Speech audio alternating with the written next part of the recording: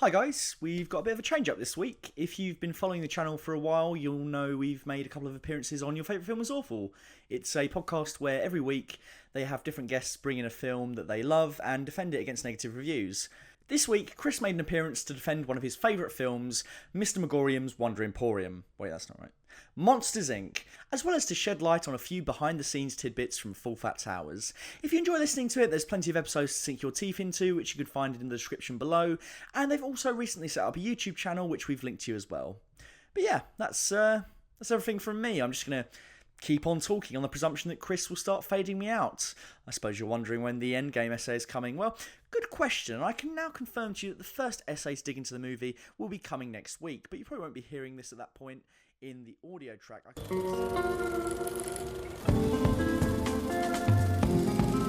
What's your favorite film? God, that's awful.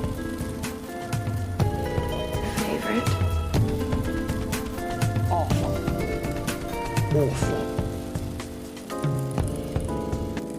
Your favorite film is awful.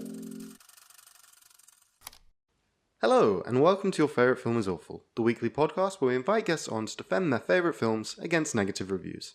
As always, I'm Luke, the immortal, and with me as always, the very, very mortal Charlie. How are you? I'm magic, mate. Yourself? Very well, thank you. Have you brought a guest? I have indeed. Who is that guest? Can you introduce them, please? Okay, the guest is another full fatter. What? No, we already had The that other one. full fatter. The other one? There's a Matt full fatter, and there's a Chris full fatter. So, Mr. Full Fat, Chris, say... Hello, everyone. Hello. I noticed you didn't say my surname, whereas you said Matt's in the last one. I was worried you were going to pronounce it wrong, Charlie, which was the... Oh, Actually, I think it's because we didn't ask how you wanted to be introduced. we actually didn't ask if you wanted to do... Yeah. No, that's fine. I don't mind. I can be Chris from Full Fat. That's okay. It's easier. What do you want, Fizell? It's Philcell, actually. Interesting fact, actually. It's Old English for field peasant. Oh, you're a field I peasant. genuinely found that out, so that's where it comes from. So as much as it sense. sounds like German or something else, it's actually English, and it just means poor scum. So it's quite nice. Makes sense, doesn't it, really? See, this is why I don't come on the videos that often, because I say things like that, and then but it's, it's good. It's good stuff. Good fun. Well, often on the videos when Matt's not recording, actually, I do rough tracks in my own voice, and they're absolutely awful. I don't think we'll ever release them, but That'd be there is me. amazing. You should do I that did as the like Alien a one. Patreon special. The latest one that we just brought out, the Alien one, there's a version with me being like, there is a creature that stalks the dark night. I really hate the sound of my own voice, which is fitting that I'd come on a podcast and talk for an hour. So I need to hear it.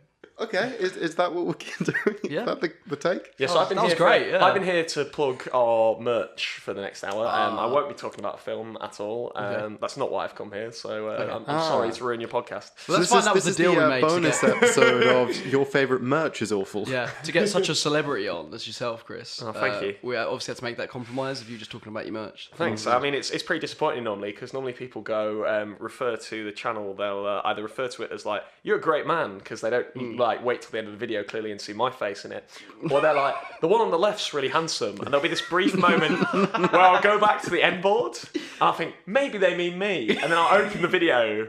And of course, I'll be sat on the right, and there's only so many times, Fantastic. or I could be like time coded, and we'll both be in the video. It'd be like the one on this position. I'll think, oh, well, I remember where I am in the Patreon, but maybe here I'm in this position. But sadly, no. Sadly, There no. Fantastic. So Brilliant. And after that tangent and a half, That was fantastic. Chris, how have you been? What have you been up to? Have you seen anything recently? I've been very good, actually. I've just recently finished watching Alien and rewatching bits from Aliens on YouTube. Often I watch films in those weird part things that you can see on YouTube where it's like part 1 of 2, part 1 of 16, part 3 of 16, 1080p HD, because I can't be bothered to put a DVD into the... Mate, you have no idea how triggered my body is right now. My blood just went boiled up. I just got mad. No, but I do it, makes when me so sad. I'm doing it when I'm commuting and stuff like that, and I have the attention span of I don't know, a goldfish, because I'm a millennial, and so for me it's more like looking at my smartphone. You're a zillennial. The in between of Gen Z and millennial. Oh, great! Well, that's great, isn't it? No wonder I had all this avocado before I came on. No, I'm joking. I had poached eggs, which is another millennial staple. I've been rewatching Alien. Also in truncated form, I've been watching a seminal 90s comedy by Harry Hemfield and Kathy Burke, Kevin and Perry Go Large. So Nice. dig into either of those films if you want. I nearly brought Kevin and Perry today just to see, because I know it's got so many bad reviews that I thought it'd be worth talking about. For anyone who's not seen the film, it's excellent. It's got one of the greatest poo gags of any film, not to be eclipsed by In Between Us Two, but Kevin and Perry Go Large's poo cloud is excellent. I won't spoil it. We are the best at the poo gags, it seems, the Brits. You know, Is that a distinction? I don't know. King of the shit. King of the Is that the distinction that we have in this nation? We do a good shit gag. There we go. But yeah, no, that's basically been what I've been watching recently. A lot of Alien, because we were doing a video on it recently. Wicked. I still stand by that Alien 1 is superior to the sequel Aliens. I agree. Oh, do you? Yeah. That surprises me, because I normally think our film divide would typically be that you like a lot of action films and I like less like action films. So that's Matt is the one that likes Aliens. I knew he did. I just presumed that you'd be. I just. For me, it is really fun and it's really action oriented and it's obviously an amazing film and it's been amazing by James Cameron. But I'm just always a big subscriber to things that are more terrifying on their own. I agree. Just got actually talking of monsters. It's quite a good segue to the film today. Hold your horses. Charlie, what have you been up to this week? Well, a few things. First of all, we released the second video of our YouTube channel, which is now up. Please go check us out, subscribe, like, we really appreciate it. And also, I went to see Jennifer Lopez in Hustlers. Right. Yes. Did you go with your girlfriend? I went with my mum, her boyfriend, and my girlfriend. Yes, I did. Yeah, I was going to say, that doesn't sound like a film that you'd choose willingly to... The thing is, I wasn't going to say because I didn't fancy it from the trailer. However, the reviews started coming out, and everyone's talking about it being an Oscar film. And I was like, I need to see this. People saying J-Lo's amazing. That's it. Turns out, it was actually alright. It was actually quite good. It gave me some Magic Mike vibes. Okay. It was a bit like that. Of course, if you're going to see Magic Mike with anyone, it's your mum. Yeah, of course. And your mum's boyfriend. Yeah, treat your mum, make her watch some sexy men. Anyway, so yeah, we watched Hustlers, and yeah, it was a lot better than I thought it would be. It's a bit too long, but it's really enjoyable. Really enjoyed it. There were some really good performances from the lead actress. She's really, really good. Yeah, so do you know what? It was a surprising film. Quite enjoyed it actually. Has quite a lot to say as well. Yeah, really enjoyed it. How about yourself, Luke? So this week I got the opportunity to watch the Fleabag. That was the National Theatre Live. Due to some technical difficulties, I missed like the first 10, 15 minutes, but it was basically a one-woman version of the BBC show. So the whole season? How did it work? Is it the first episode? It was the first season, but a one-woman show version. It was really interesting, really weird. So that was really enjoyable, and if it gets put on again, I definitely recommend going to see it. I also watched Crawl, the alligator version of Jaws. I also see and I was very stressed the entire film. Oh, yeah. Hey, Chris, I can't really swim very well, and I am scared of water. Do you know what Crawl's about? What's Crawl about? Is it Linkin Park biopic or? Yeah. It is not, but that would have been great. It's during a hurricane in America where the water levels are rising and there are loads of alligators in the water. Yeah, and so it's these two people trying to survive against some alligators. Oh, wow. Okay. It's actually really fun. Like, I thought, that sounds a bit silly. All the films that try to do Jaws after sort of rip-off kind of things never work. Surprisingly, I think this is probably the best film like this since Jaws. Yeah. It's got some really cool... the alligators are actually genuinely terrifying, and the CGI actually is quite good. Of the alligators, I do believe they're in the room with them. I think it goes on a tad too long, gets a bit repetitive towards the end, but I think the tension in that's really good. How does it compare to Jaws 4: The Revenge? It is better. Are there any telepathic links to the crocodiles? Or No, there's not. But yes, I enjoyed it. What did you think of it? Yeah, I really enjoyed it. Although I was stressed and cowering into my chair. That was a good thing. Yeah. My heart was going a million because it's one of those films that I know if I was in that situation, I would die. Full stop, dead. Yeah. Either the water gets me because I'm too scared of the alligators, or the alligators get me because I try and get away from the water. There was no survival for me in that situation. There's a genius scene in it that's in the trailer. Basically, so the floods have happened, right? So it's flooded like a newsagent's, like a shop. And there's these people that are looting and stuff and just stealing because making most of the what they can. And they're in the shop and alligators come in. So you're seeing this really weird surreal image of alligators swimming in a Yeah. in a shop, and like it's like it's like a generic horror scene you see in a movie, but they're doing it with alligators in a shop. It's really clever. I really like that. It's really good. Yeah, I was really really, I was good, shocked. really good. Another film I was quite surprised by. That film's way better than Hustlers, though. Okay. But Hustlers is alright. Like, a lot of people I'm friends with really like it. Like, really like it. I feel a bit weird about the structure of it. But yeah, I don't know. I need to sit and think about it. I only see it yesterday, so. But yeah, no, Cruel was really good. I really enjoyed that. Fair enough. Awesome.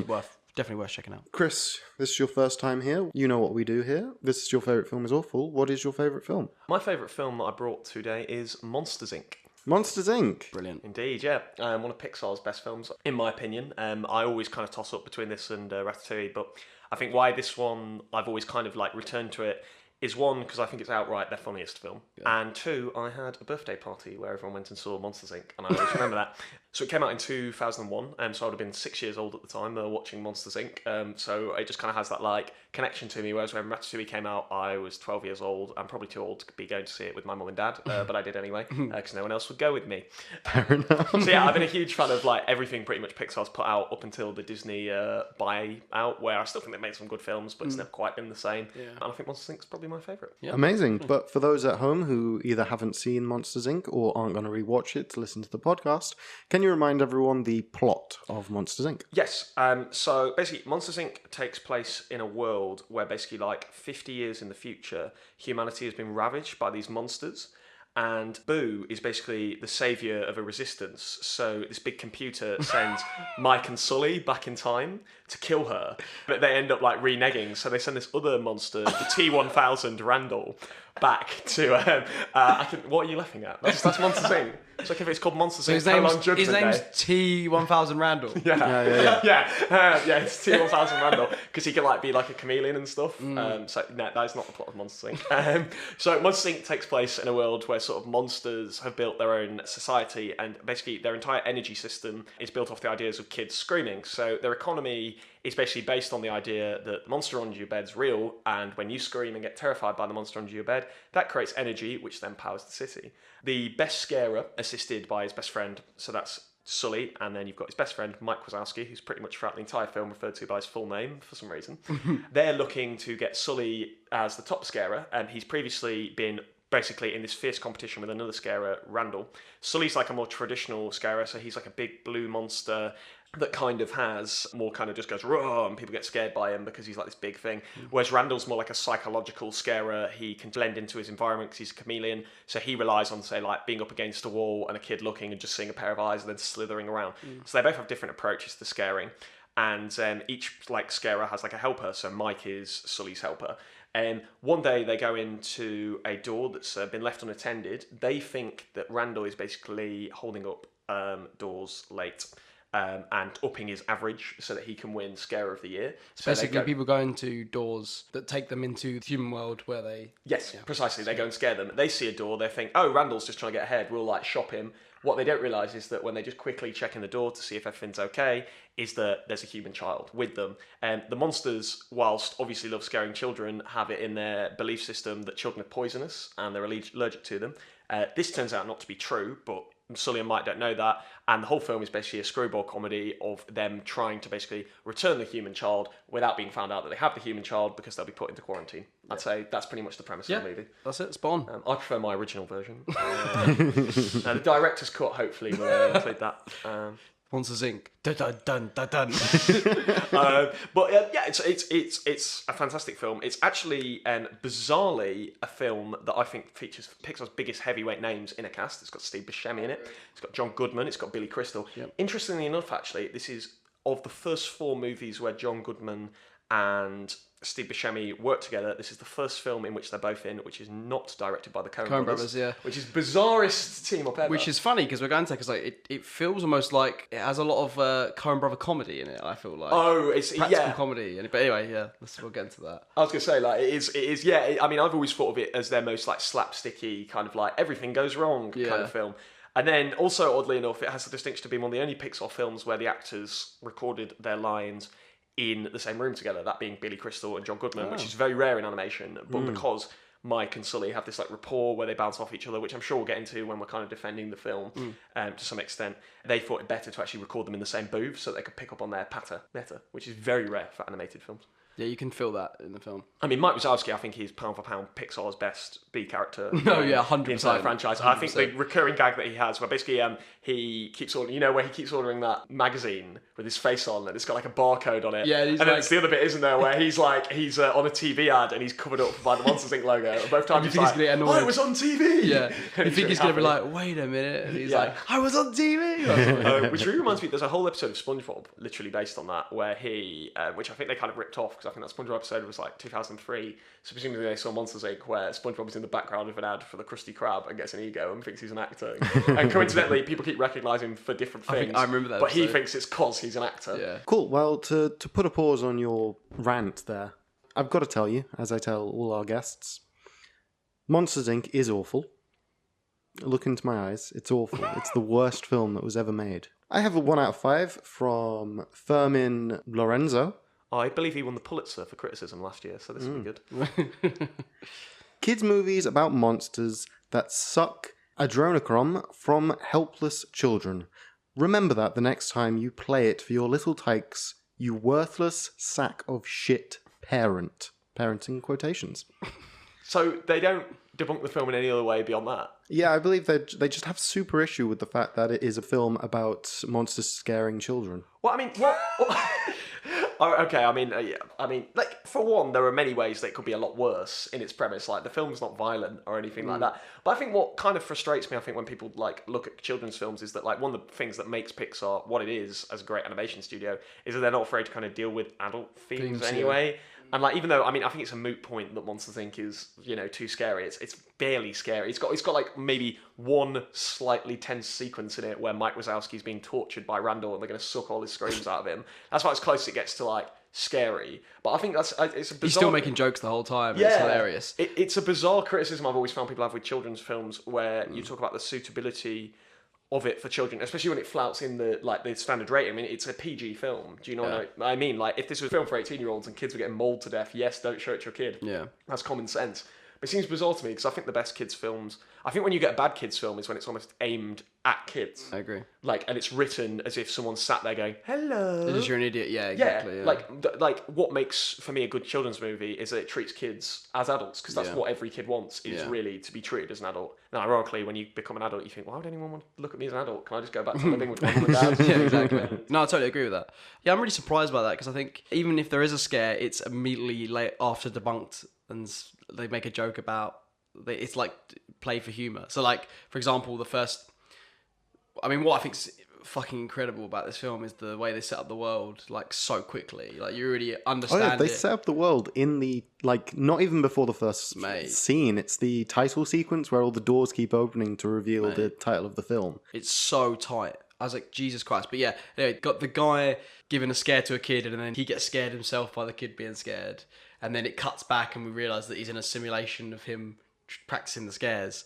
Well, one thing sets up everything you need to know about the film, how the world works, and how the film's going to take place. But also, it's like that moment's like tries to be scary for a bit, and then immediately shows you what the film's really about. So for this reviewer to be like, "Oh, it's too scary for kids," I think is insane. I don't understand. Like, does nothing have to happen in the film? Like, no conflict. Also, that opening scene is one of the best Chekhov's guns in any film, in that it comes back right at the end to work its way into the climax, as the way that they actually end up defeating Waternoose and Randall is literally, like, the ending is the same as the beginning, which I think is quite rare. It's genius. Also, it's one of the most heartfelt films. I mean, the reason I like it so much, to be honest, is it is really funny, but that final scene where they get the piece of the door back together and he looks at it, and you see on the back of his board, like, even though they've been really successful, he's like kept that drawing that Boo did of him the whole time with the little thing like placed in.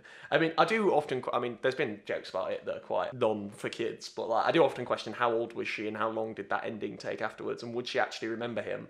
If what really happens is she's like, 2 years old and they go away for 2 days, she probably would think it was a dream after some time, right? So it's odd in a way. It's an odd way to end it in a way that he actually goes through the door. I like it. I think it's a perfect end to me. I think it's like, I know what you mean. You could end it just before he does it, but I love the way it's like we're having speculation now of what Yeah. You know, what happened? Is she too old now? What's going on there? Do you know what I mean? What's his relationship? What's his to her relationship? Yeah, afterwards? I like that. Does he just pop in every now and again? I think that's quite cool. Like, I think it's good You that you don't don't need to know see as him well. go through the door. Yeah. I think that's cool. I just think it's like from just a purely like thinking point. Like, where did he go from there? Yeah. I mean, that was the question that was kind of lingering after I watched it. And the other question was, how did Mike and Sully party at university? Which obviously that question was resolved in the prequel that everyone was asking for. Oh, yes. Of all the Pixar films that deserved a prequel, I mean, who wants to find out about like the superheroes and how they came to be their prominence? You know, no one. What everyone wants to know is, how did a monster hang out and party at uni? But also in the form of a kids' film, so there's no sex and no alcohol. So the parties are just people like going woo and dancing in this bizarre world that makes no sense. I just think the way the film sets up, like we said, and pays off at the end, it's like watertight, the script. I have no idea how, like, I was watching it, like, I've just received so much information. I almost like paused it and like tried to work out within like the first 10 minutes how much I've actually learned about this world and how much the writers have geniusly set up. I was like, this is crazy, like how quick the film was flowing. And I think as well, like, we was talking about the scariness of it is like, I think, like you said, it's really sweet. I think Bo and Sully's relationship is like one of the sweetest things in a Pixar movie. It's so innocent and pure, and the way she calls him a kitty, like she just thinks he's a big cat. Like it's you know what I mean? What's always surprised me about it is that when they were recording the lines for Boo, basically they couldn't get her to concentrate because the actress was so young. So they just followed her around with a microphone for like 7 days. That's amazing. And then the language that she uses is just cut up garbage of things that she was just muttering. That's brilliant. And then the laugh is done, again, that was just them doing a little puppet show for her, and they just recorded her in a booth for like an hour That's lovely. and then used it. Interesting as well, the song that she sings in the bathroom that you can hear her singing is cut up bits from other songs that she was singing because they couldn't get the rights for any of her four songs. So it's a mashup of like loads of random gibberish. That's amazing. Literally because they didn't get the rights for any of the actual films that she sung. That's fantastic. So this is going to be our 1 out of 10. It's from Navi Brap. Released by the reptilian Disney 666 organization, the monster world did not have an energy source, and so they walked through doors, symbolic of interdimensional gateways, into children's bedrooms in the human world. There they would frighten children, and when the kid screams with fear, monsters would capture that energy in a tube and take it back through the door to power their world. The hero of the movie was appropriately a single eye, all-seeing eye, a major reptilian symbol. Read your David Ickle, people. Walt Disney was a 3 degrees Freemason and an Illuminist. Behind all those cartoons, magazines, movies, etc. is a hidden agenda to mess up your children's minds. Disney's production over the years is filled with Masonic symbolism, occult over and undertones, mind control, and indoctrination. He is preparing our younger generation for the New World Order and introduce them to sorcery, black magic, as well as quote-unquote cool things. Read your Fritz Springmeier as well, people. I think he's totally right. And good luck. Right. I think it's bizarre that his username was Avatar related. A film about blue people that's like about anti-capitalism, blue people, and then he spouts a load of conspiracy theories under that. I mean, anyone who's using David Icke in an argument, that's not really worthwhile. The man actually believes the Queen is a lizard. So, and this person believes that all of Disney is lizards. It's the reptilian takeover, guys. To be fair, Randall is a reptile, so they're not off base. They're not, no. They're not off base, you know. And mate, Waternoose is trying to, control Monstropolis and extract screams in like this brutal way. So maybe there is something in that. Yeah, maybe. People are crazy though, aren't they? They are. Like they really look. The thing is like even if this is something that say if this guy's real, right, and this is what Pixar are doing, they're trying to subconsciously make you, into sorcery. I don't know, right? I feel like no one. Well, it's not working, is it? No one's really picking up on it. No one's a sorcerer that we know I don't of. know. You know The argument could be made that Disney is a powerhouse, and with their films, they have created a monopoly. Yeah. Created the monopoly. Soon it'll be Planet Disney. That is true. When I was watching Meet the Robinsons, my hands did begin to shake, and I was levitating my movie cup. And I don't really know how to defend Monsters Inc. against Illuminati It's hard, isn't it? links because, I mean, it's not a political movie. It's not it has elements of politics in it that any film does. I mean, Pixar have always kind of had this kind of like, we hate big business trend in their films, like Bug's Life being the most obvious example, a load of ants working together and overcoming a few grasshoppers who control loads of resources. But I don't really see how this film encourages the Illuminati other than the fact that Mike Wazowski's got one eye. But he's not triangular, so that's not even the right symbol. And the doors, they're symbolic, what is it? Symbolic of interdimensional gateways. You know what did hypnotise me watching this film, though?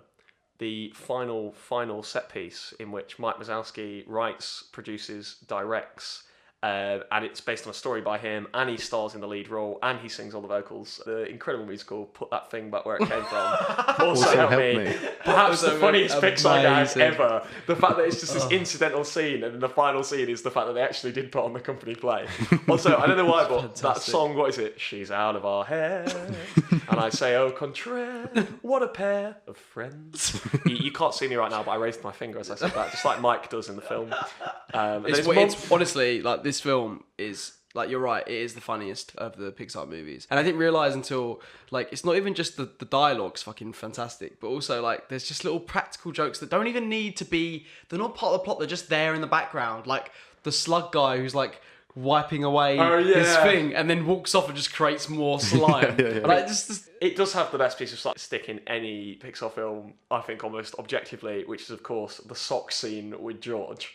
Oh my god, it's so funny. And then the payoff of that when he just fucking chucks him straight in the thing, he just sticks it on him and goes, fuck on, you fucking get back in there. Like, and I love how when they're doing the thing, when they're all coming out at the end, when the company's been changed by Sully, that you see George walk out and he's got loads of kids stuff on him. Yeah, and that's a really nice little like physical touch that they've all, every single person's walking out and they're just covered in stuff. They're going like, oh yeah, no, that's quite funny. And I mean, I think that's such a cool concept that the laughter, because what I've never understood about it is there must be a level that Waternoose is aware that the laughter works, because Sully has seen the laughter happen and trigger all these power outages, so surely there's a degree to which Waternoose would be aware of that. Is he just vindictive anyway and he wants to like kidnap kids? Maybe, I thought that. But I always thought it was just the fact that they didn't. Like, they would always go to kids and kids would scream and then they realised that scream. So it was only when Boo's in the apartment that she starts laughing and like the power explodes. I thought that was Sully literally going, shit, this is a thing. Oh, no, it is. What I'm saying is like towards the end of the act, you know what I mean? It's odd to me that it is now known what she's doing. Like, very obviously within the company. Like, he's not an idiot. He would have clocked that she's laughing at that point and it's creating power outages. Why would he not think, maybe that's a better idea than kidnapping? And on the flip side, don't you think it's weird that a society that's terrified of children basically thinks they're evil would have some ethical objection to using them like that when we use like chickens and farm animals in a similar fashion, essentially, don't we? Yeah, it's interesting, isn't it? It's a really interesting world. I really like the whole idea of like when you're a kid, you have nightmares of like monsters coming in your room, but then they're not there all of a sudden. Like 1 minute they're there, next minute they're not. Oh, it's because they're coming through a door. Like I really like the idea of that. I was like, this is such an original and clever idea that you just don't quite get from Pixar anymore. That I was really blown away by. Like, I remember liking this movie as a kid, but I hadn't watched it in a while.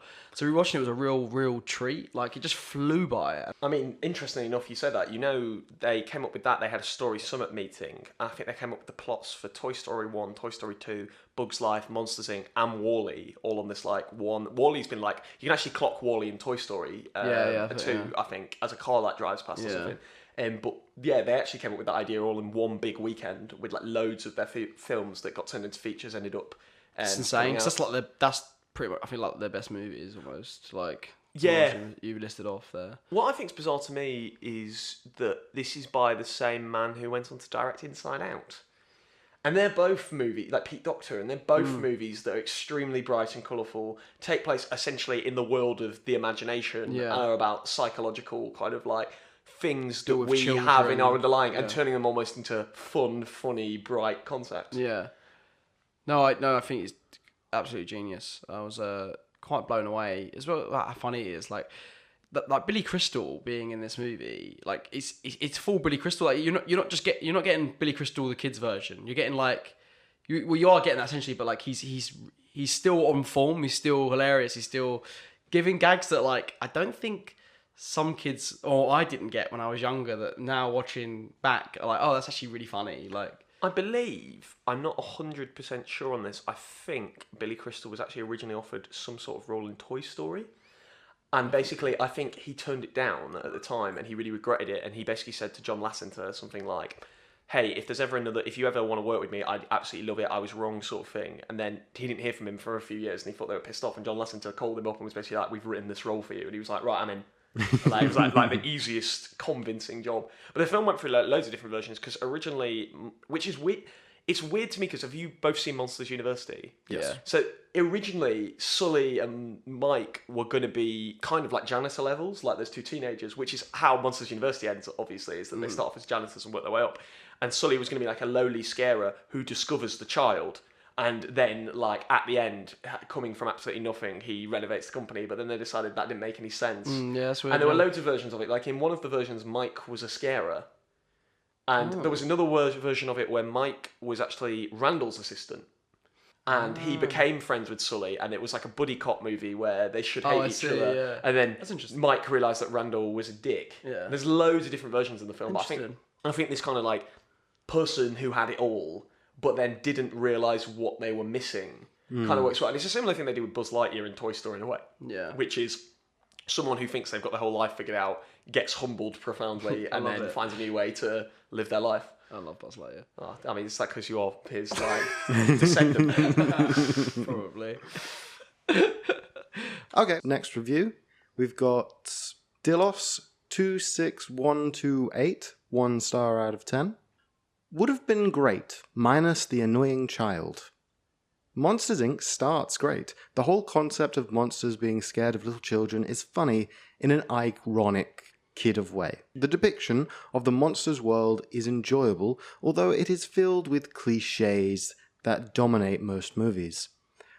The movie is an easy 8, up to the point it introduces the annoying child that runs into trouble all the time, but miraculously escapes danger every time, although the whole city of Monsters Inc. is looking for it. You have the best of the Monsters Inc. monster failing to get rid of a child who is 1/10 of its size. Then, Sully grows fond of it and protects it, although it's supposed to be toxic and she's moaning, crying, and being annoying in every way imaginable. Yeah, but Movie that's has plot. comedy. Movie has has plot. plot. But I'm annoyed. That's the conflict. That's that's where the comedy comes out. The fact that this big giant monster can't catch this little and girl. also, Like that's what's funny about it. Like that's so what's weird. the movie without it? It's literally like human comes in, but then they get rid of it. Yeah, no. The Yeah. end. Like what? Do you know why? It's 'cause it's not enough law. You know, they. No, but People you love joke, that shit. You I joke, don't know. but it is. No, isn't it is that. It's the same It is. shit. It's because when it's little things, isn't it? It's like we should have known what like species Randall was. And Oh, it's all like we should delve more into the monsters and like how the world's like really interesting. Why would we deal with like this little girl like and make a comedy out of it? Like this is a really interesting, in-depth idea into the imagination of the human mind. And maybe if Like- they'd have been like at this- it's that university the whole bullshit, time, it would have you been know what I better. You know, and we could explore how they met. I'm sorry, But that's what it is. That's what it is. Though. I know it's horrible, like, but that is what it is. I hear that stuff all the time. I just You don't been get watching it. Love Island much? No, I have not. Sorry, no. you just uttered one of the catchphrases. What was it? And sorry to besmirch your. What was the catchphrase? It is what it is, which is what everyone who got dumped on Did I Love say Island that? said this year. Yeah, you went. It is Oh, what it is. brilliant, fantastic. What happens when you come from? Sorry to ruin your podcast with Yeah, mention of well, there the you go. greatest TV show of a generation. It's fine. You know. Oh dear. Is it cute when a child misbehaves, cries, and moans all the time? I Yes. guess for the screenwriters of Monsters Inc., it is, proving beyond any doubt that they are useless and incapable of coming up with a sweet character for a child. These are the qualities people dislike in children. I guess if you are 5 years old, you are going to enjoy the movie. Personally, I can't stand it and stopped watching after an hour. Waste of my time. Can I just say, I think it's really creepy that a reviewer's issue with the film is that they couldn't watch it because they wanted a child that they could really like enjoy watching. I think it's really unsettling weird. thought to me that you go into a movie like, well, there's no children in this, I'm out. Oh, well, that child's annoying. Well, guess I won't be watching this one. I'll just go back to the bin bag full of VHSs that I have in my basement. Yeah, this child is doing all things that children do and not being, quiet and sweet all the time. Like, what the fuck? about? Do you think his pitch for the film though would be like Boo's about to speak, and then Mike's like, don't speak unless you're spoken to, girl. And then she goes, and the moral is that she learns to be subservient as a child. Yeah. To be fair, I kind of want to watch a director's cut with that. And sit and hear about all the lore that we're going to talk about of the world. I'm going to sit. So you got to be quiet now, Boo, and we're going to talk about the world we live in. And that's that's going to be it. Explaining how the world works. It's one of those classic complaints, isn't it? Like, why didn't Indiana Jones just get a plane to the Ark of the Covenant? It's like, because who wants to watch Indiana Jones on a plane? The guy's got a bloody Stetson on and a whip. I don't want to see him sit on a plane and like eat M&Ms and watch the in-flight movie, which is probably better than the movie I'd be watching if he was on the plane. Yeah, it's a really weird comment. I think you must be deading the heart if you don't think that Boo is one of the sweetest things ever in this film. I think like every time she's on screen, her relationship with Sully, every time she gives him a hug or whatever, or calls him Kitty, it just melts my heart. Like, I don't know. How do you guys feel about that? Like, do you feel the same? She kind of reminds me of the Bonnie girl in the Toy Story end of Toy Story 3 and Toy Story 4. Like, there's a snake in my boot sounds like something that Boo would say because it's just nonsensical garbage. I love as well when she's throwing all her toys at him just to show him all the stuff that she realised. Oh, there's a Nemo. No, that melts One me. of the toys is a Nemo. That bit. It's the first time Pixar had ever done that, you know. Yeah, and Jessie as well. Yeah, but Jessie no, that's in Nemo. reference a film that's not yet out yet. I think even before. Oh, Nemo wasn't out yet. Yeah, that's why I'm wrong on that Toy course, Story yeah. thing. I think it's the first time that they basically trailer a new film because obviously you would have seen the trailer. Oh, actually, speaking of trailers, I'll tell you something very interesting about this movie, which I learned, which is hilarious. It was boosted incredibly at the box office for a reason that will very much surprise you, which was that it was actually the first film to feature the trailer for Attack of the Clones. Which meant that, I'm not joking you, lots of the initial revenue was from lots of Star Wars fans buying tickets so that they could go and see the trailer. Nice. Many of whom reportedly actually just left after seeing the trailer. So paid money to go and see the trailer, took up a seat in the theatre and walked out just because they were that. It's because you mentioned lore, and it's also as well the first Pixar film to win an Oscar. Oh, nice. Bizarrely. I didn't know that. Toy Story technically won one, but not a proper one, which was a honorary special achievement in filmmaking. But Randy Newman also won his first ever Oscar for this film for If I Didn't Have You, which surprised me because I would have thought that the You've Got a Friend in Me would have won, but it didn't that year. And Newman had been nominated 16 times before that, and he wins it for If I Didn't Have You, which is a good Pixar song, but in the pantheon of Randy Newman Pixar songs, I don't think it's up there in the all-time best at all. And it's bizarrely their first Oscar film, although it famously lost Best Animated Feature to Shrek. Oh, wow. I remember that, yeah. I think Jimmy Neutron Boy Genius was another film nominated that day, which I have a lot of time for. Back in the day, I used to love it, but I haven't seen it as a kid either. The Jimmy Neutron movie's great. The plot is like, they go, I wonder what would happen if they're like a shooting star, isn't it? And it's like, I wish we didn't have parents for one day, and then coincidentally aliens kidnap all the adults in the town. Shit. That's actually a really good concept to make. They've wished their parents away. I need to rewatch that. That sounds great. Yeah, it's a really good setup. I mean, it was basically a conduit to launch a TV series that was poorly animated and bizarre. And features, some great performances. You just reminded me, though. I remember reading something before about Pixar and how each one of their movies was a test in basically the new way of creating stuff. So I'm pretty sure Monsters Inc. was to sort of get good to do hair and fur, is that right? It's not just that it was to get good with hair and fur, they actually invented a whole new piece of software. That was it, yeah. And trying to make the film. And what it did, which was quite interesting, was previously, the reason that hair wasn't really used in animated films particularly, was because previously they were basically using how you would do with any animation, which was like frame by frame animating. So someone lifts their arm up, it's like, we'll do the next frame. And that's why Pixar films infamously took so long. And what they developed for Monsters Inc., which was like groundbreaking at the time, was an engine that could basically process real world physics.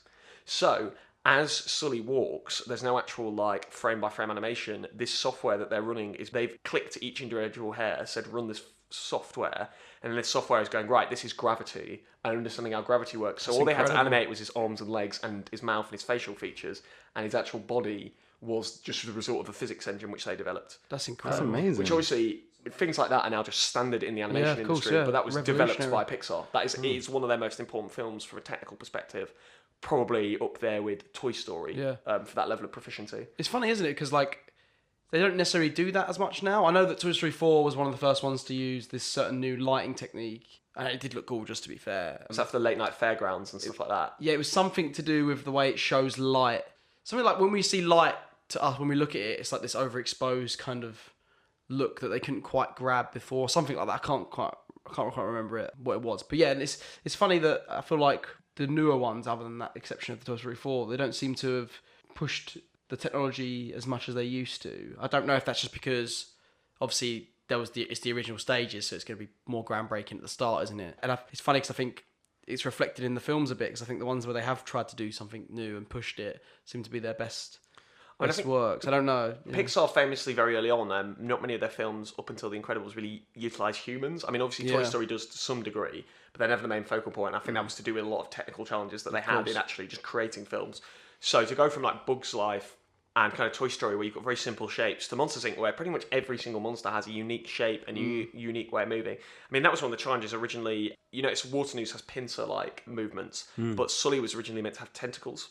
And it proved slightly too complicated, but also they were worried that your eyes wouldn't be drawn to his face. You'd be too, like, into the tentacles. Yeah. Because they'd be so bizarre. So, yeah, I think it's one of their most complex feats of animation up until that point. I think still, even, like, Finding Nemo, the sea, the beauty full of the ocean, as much as that's, like, groundbreaking in terms of its beauty, I think Monsters Inc., the amount of motion moving and the amount that's going on in that world in each individual frame is incredible and must have taken hours to literally like feature just like bystanders. Yeah. Like in Toy Story, there's barely any background characters really in the same way.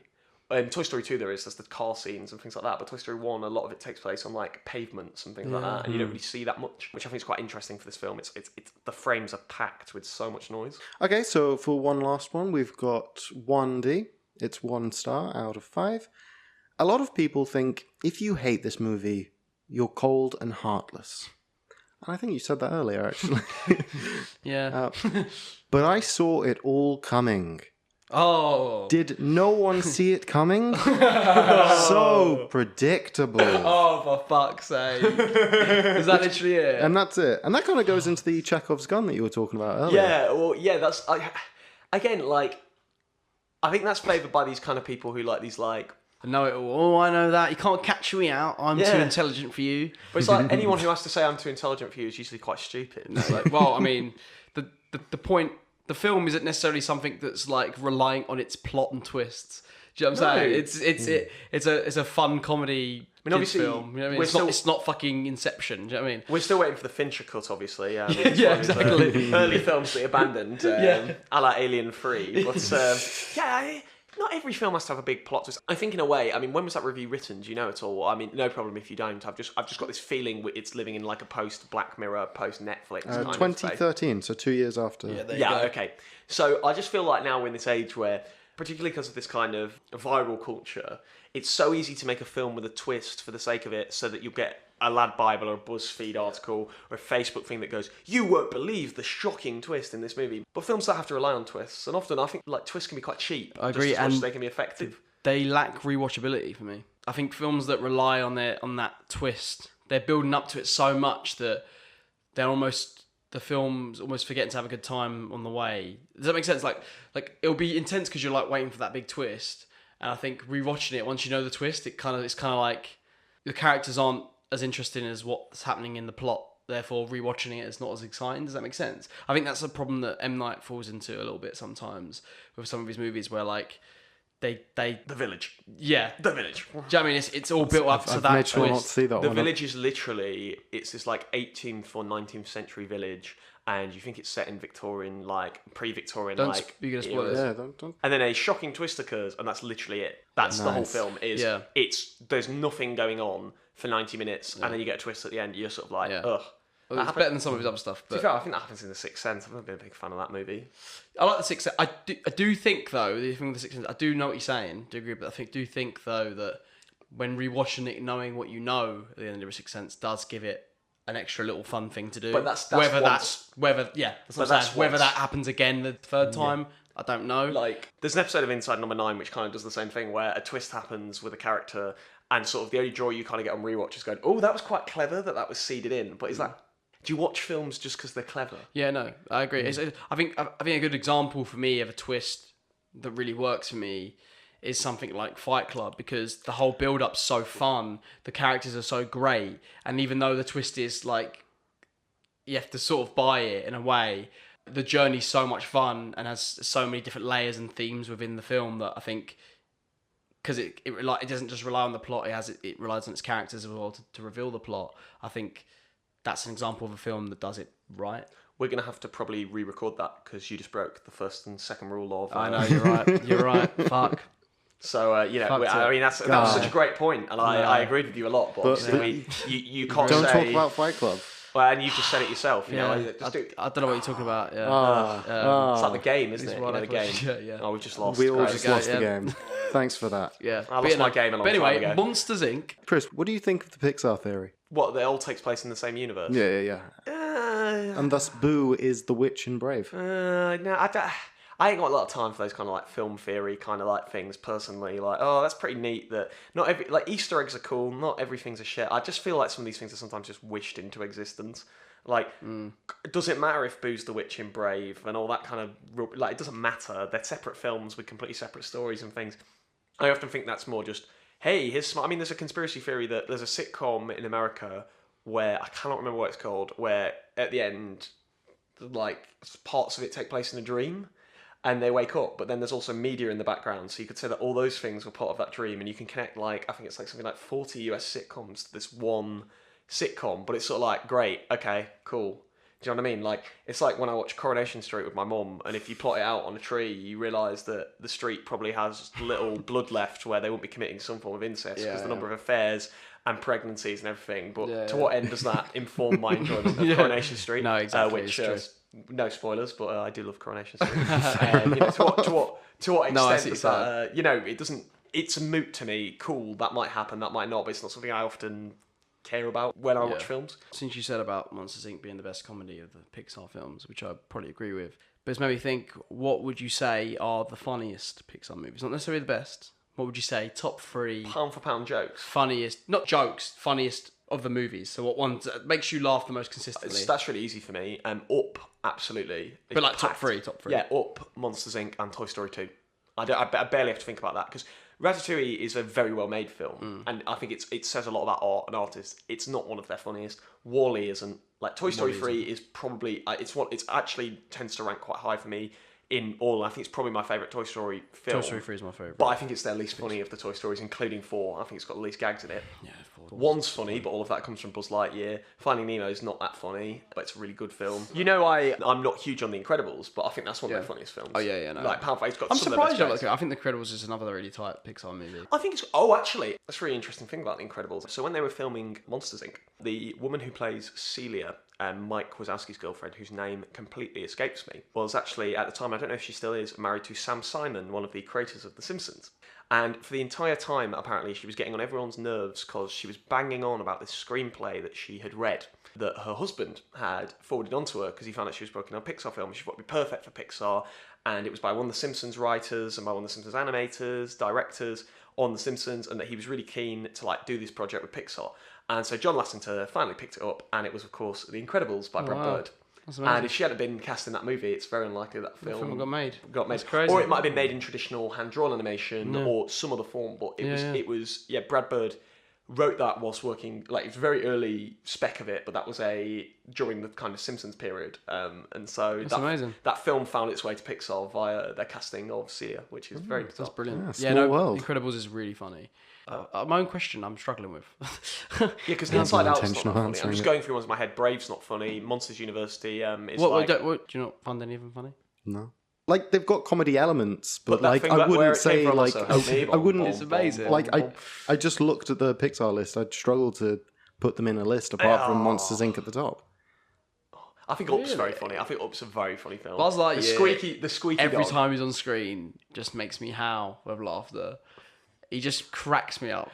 His ego is hilarious. Do you know think Buzz Lightyear in every subsequent film has had some silly gimmick attached to him, which is kind of annoying. Yeah, Spanish Buzz, 4 really bothered me. Buzz in a voice, and 2 kind of has Buzz has a dad. That really upset me. Yeah. It kind of annoys me because I think he is their best character. No, I agree. I think there's a credible argument to say he is the best creation by Pixar, although I would defend Mike Wazowski to death because I think every second Mike Wazowski's on screen.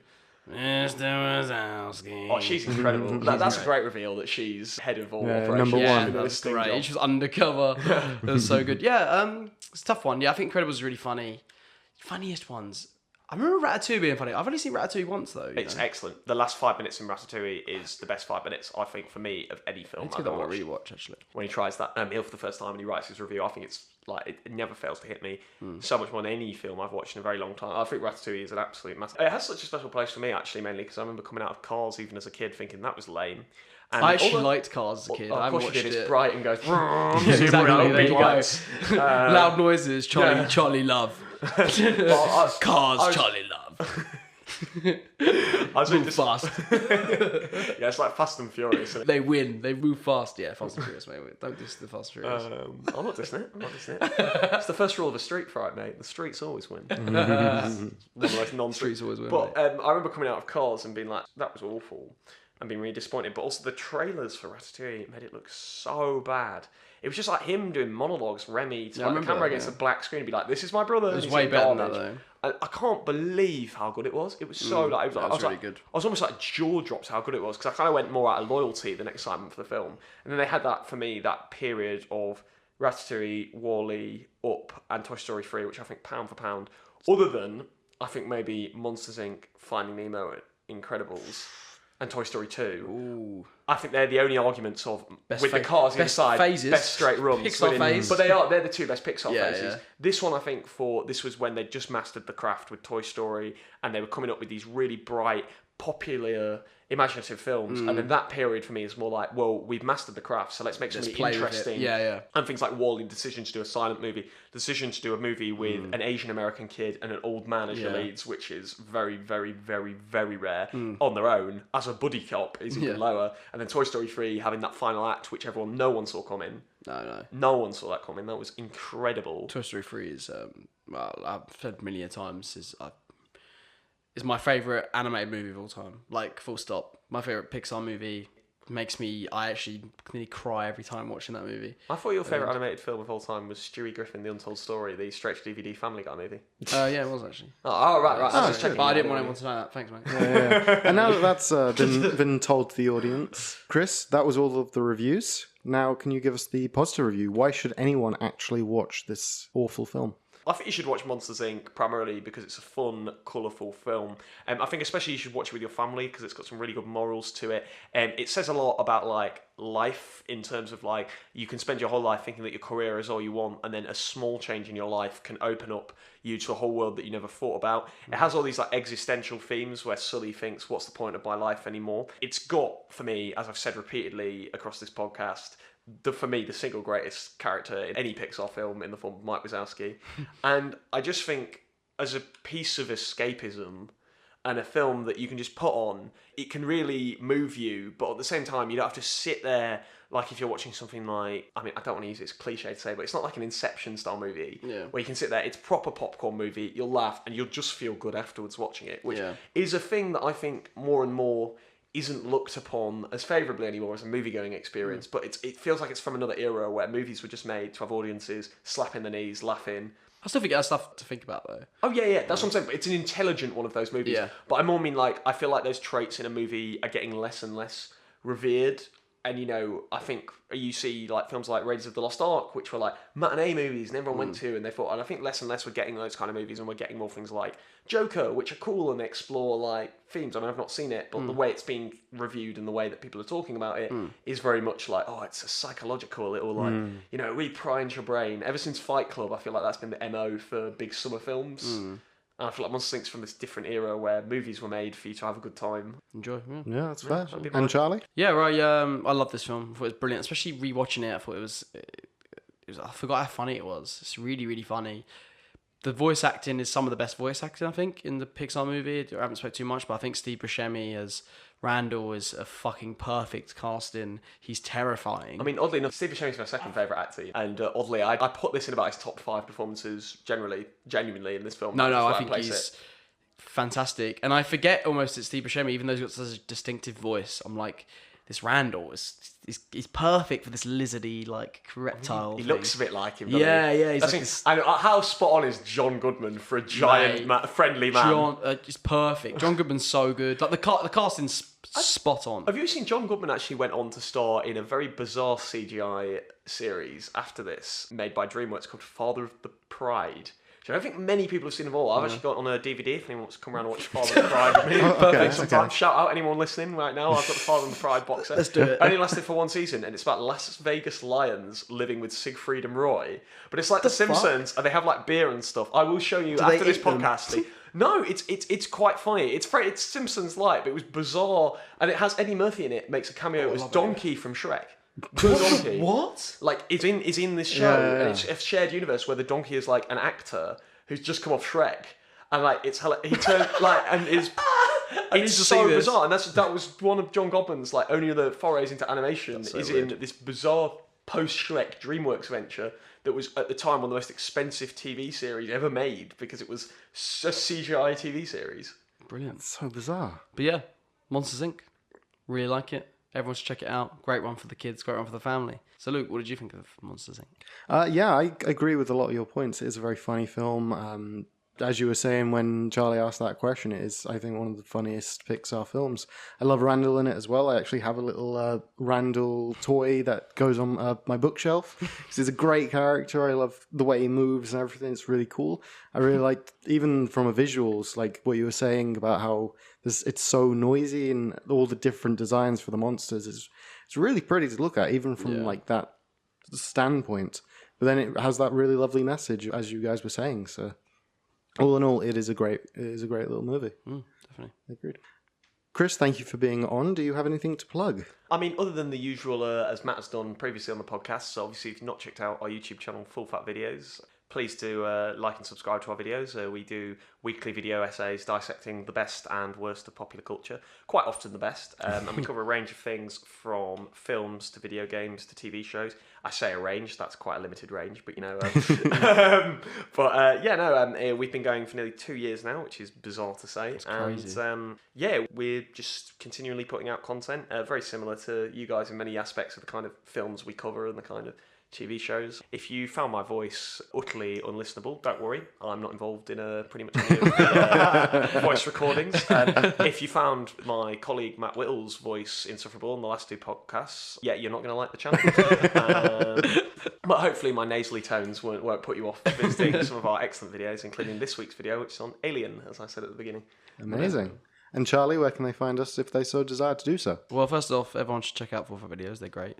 And you guys can find us on Twitter at FaveFilmIsAwful. You can find us on Facebook, Your Favourite Film Is Awful, and Instagram, Your Favourite Film Is Awful.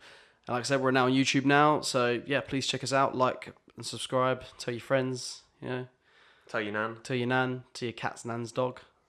And tell them all to subscribe. Tell them all to sub, To both Your Favourite Film Is Awful and Full Fat Videos. Listener, thank you for listening. Bye-bye. Take care.